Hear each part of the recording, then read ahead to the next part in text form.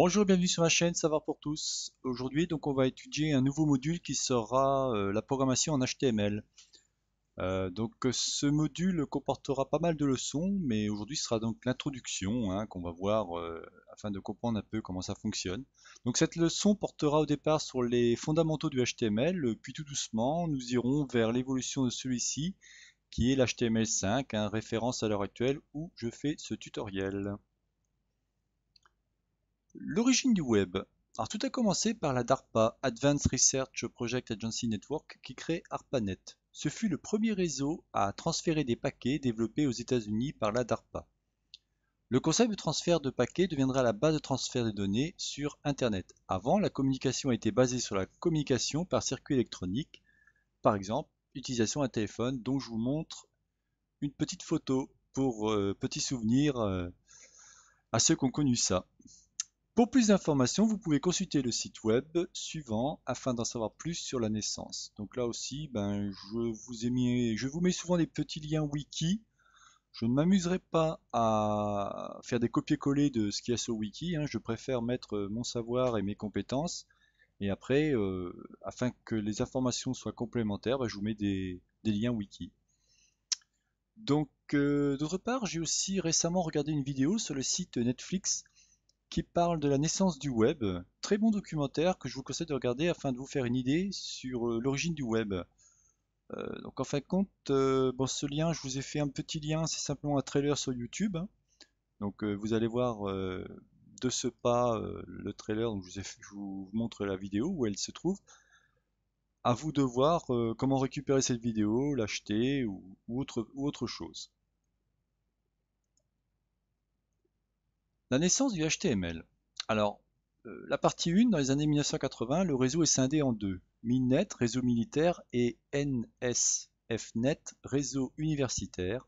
L'échange d'informations se faisait par le biais du protocole FTP, ou par mail sur des serveurs dont la vitesse ne dépassait pas les 56K.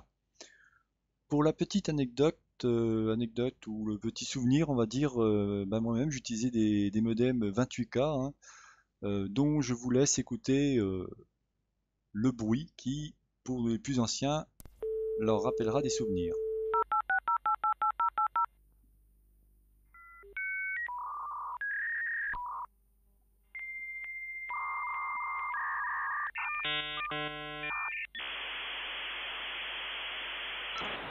Voilà, j'en dis pas plus, ça doit vous rappeler des sacrés souvenirs. Moi, c'est mon cas, c'est toujours marrant d'écouter ce bruit qui permettait de se connecter par le biais de notre modem à Internet.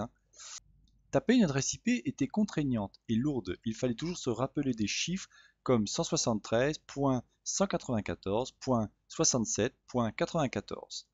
Suite à une demande de la DARPA, John Postel et Paul Mockapetris ont inventé en 1983 un système de résolution de nom DNS, Domain Name System.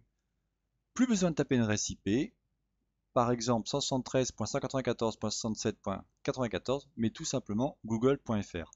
Ou alors mon site web savoirpourtous.eu, dont je vous glisse une petite photo. Partie 2. En 1984, le CERN adopte le même type de réseau utilisé par Milnet et NSF pour ses échanges d'informations. Ce réseau est partagé à un laboratoire américain via Internet. Une équipe au sein de Tim Berners-Lee est chargée de réorganiser l'information afin de créer un nouveau protocole permettant la mise en page de documents, puis l'installation de ceux-ci sur Internet. Donc sur Internet, plusieurs types de communication ont vu le jour. Celui-ci qui supplantera tout le monde sera bien sûr le World Wide Web. Donc cette partie est peut-être un peu lourde pour certaines personnes, mais il est toujours intéressant de repartir à nos origines afin de comprendre comment fonctionne le web, comment fonctionne le langage HTML et ainsi de suite. Je trouvais intéressant de vous présenter ça. C'est un peu long, je vous l'accorde, mais c'est toujours intéressant d'avoir des informations et de savoir un peu ce que l'on fait, quoi. Donc partie 3. Grâce à l'ingéniosité de Tim Berners-Lee, on est maintenant capable de transférer des informations sous forme de documents comportant des mises en forme de texte, incluant même des images. Puis vient ensuite la création des liens hypertextes permettant de naviguer d'un endroit à un autre dans une même page ou alors tout simplement ouvrir une nouvelle page. Ce nouvel échange d'informations sur Internet va révolutionner le monde. Maintenant, tout le monde pourra voir le contenu d'une page web juste en tapant un nom comme google.fr. Dernière partie, c'est là qu'on va attaquer en fin de compte la naissance du HTML. En 1990, une première version du HTML 1.0 voit le jour. C'est le début d'un langage en plein développement. Sans aucune standardisation, les pages utilisent le protocole HTTP afin de naviguer sur le réseau. Le premier serveur à héberger les pages HTML fut IETF. Là aussi, HTTP, vous vous rendez pas compte, mais vous le tapez souvent, rarement, je dirais. Enfin, vous le tapez rarement, pardon. Mais il y a deux protocoles, il y a HTTP et HTTPS, S pour le security. Vous en servez souvent, par exemple, dans le cas des transferts de carte bancaire, si vous voulez faire un achat par le biais de votre carte bleue. Fut ensuite inventé le premier navigateur Mosaic de NCS1 avec une interface graphique. Celui-ci fut disponible en 1993 pour les ordinateurs Unix. À tout cela, il manquait une standardisation. Celle-ci fut mise en place par Tim afin de créer la W3C. En 1995, une version HTML 2.0 arrive sur le marché, tout en sachant qu'une version 3.0 est en préparation. En 1996, un nouveau standard, CSS, est mis sur le marché. Ce nouveau standard permet d'améliorer la mise en forme des documents tout en séparant la forme du contenu. Là aussi, dans mon cours, je vous parlerai que du HTML et pas du CSS. J'ai vraiment décorrélé les deux parties, ça me paraissait très important. Enfin, pour moi, ça me paraissait important. Dans d'autres cours que vous pourriez suivre, par exemple sur Open Classroom ou je ne sais quel autre site internet, effectivement, il parle des deux.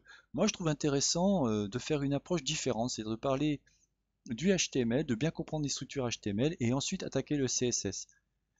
Parce qu'il faut bien comprendre, il y a encore des outils ou du matériel qui ne se sert pas du CSS. Le CSS, c'est simplement une mise en forme qui permet de rendre plus agréable un contenu lorsque l'internaute veut le regarder. Mais si vous prenez le cas des liseuses, une liseuse ne va pas se servir du CSS, elle va juste servir du HTML, tout simplement.